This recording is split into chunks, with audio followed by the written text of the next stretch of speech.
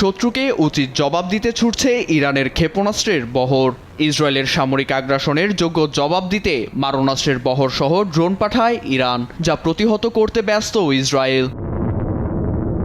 Iran Israel সংঘাতে মার্কিন সামরিক বাহিনীর অংশগ্রহণের বিষয়টি বিবেচনাধীন বলে জানায় White House. Press secretary Karoline Leavitt জানান, ইরানকে ইউরেনিয়াম সমৃদ্ধকরণ বন্ধ করে সমর্পণের জন্য 2 সপ্তাহর সময় বেঁধে দিয়েছেন মার্কিন প্রেসিডেন্ট ডোনাল্ড ট্রাম্প। সামরিক সংঘাতের পরিবর্তে তেহরানকে কূটনৈতিক পথে হাঁটার সুযোগ দেওয়া হয়েছে বলেও জানান লিভিট।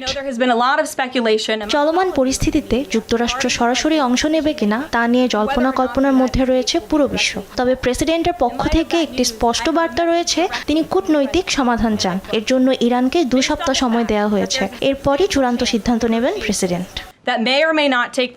যুক্তরাষ্ট্রের এমন ঘোষণার পর কাতারের সামরিক ঘাঁটি থেকে মার্কিন বোমারু বিমান সরিয়ে নিয়েছে যুক্তরাষ্ট্র। এছাড়া মধ্যপ্রাচ্যের সংঘাতে যুক্তরাষ্ট্রকে দূরে রাখতে ট্রাম্পকে আহ্বান জানিয়েছেন রিপাবলিকান নেতারা। এছাড়া শেষমেশ হামলা হলে মধ্যপ্রাচ্যে থাকা মার্কিন ঘাঁটিগুলোতে হামলা চালানোর হুমকি দিয়েছে ইরান সমর্থিত ইরাকের শিয়া সশস্ত্র বাহিনী।